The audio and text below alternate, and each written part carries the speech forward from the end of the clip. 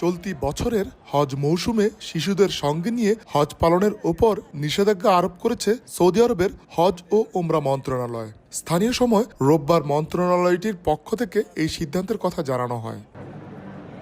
হজের সময় ভিড় ও পরিবহন সমস্যা সহ নানা ধরনের কঠিন পরিস্থিতি বিপজ্জনক হতে পারে শিশু ও তাদের অভিভাবকদের জন্য। শিশুদের নিরাপত্তা ও স্বাস্থ্য সুরক্ষার বিষয়টি চিন্তা করে এই সিদ্ধান্ত নেওয়া হয়েছে বলে খবর পাওয়া গেছে।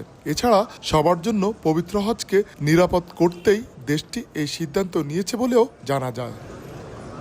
নতুন এই নিষেধাজ্ঞা কার্যকর হওয়ার পাশাপাশি যারা আগের বছরগুলোতে হজে যেতে পারেননি তাদের এবার অগ্রাধিকার দেওয়া হবে। মন্ত্রণালয় জানায় এর মাধ্যমে হজের পুনরাবৃত্তি কমিয়ে আনা এবং মুসলিম উম্মাহর জন্য হজ পালনের বিষয়টি নিশ্চিত করা সম্ভব হবে। সৌদি আরবের হজ ব্যবস্থাপনাকে আরও উন্নত এবং সুরক্ষিত করার বিষয়টিও প্রাধান্য পেয়েছে এই সিদ্ধান্তের পেছনে। তবে অনেকেই বিরোধিতা করেছেন এই সিদ্ধান্তের। শিশুসহ পরিবারকে নিয়ে হজে যাওয়ার পরিকল্পনা করেছিলেন তাদের অনেকেই মনে করেন এই নিষেধাজ্ঞা মুসলিম পরিবারগুলোর জন্য এক ধরনের অসুবিধা সৃষ্টি করবে।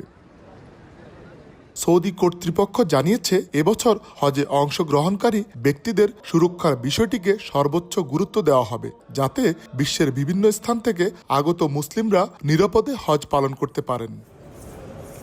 আরিফুর রহমান, সময় সংবাদ, সৌদি আরব।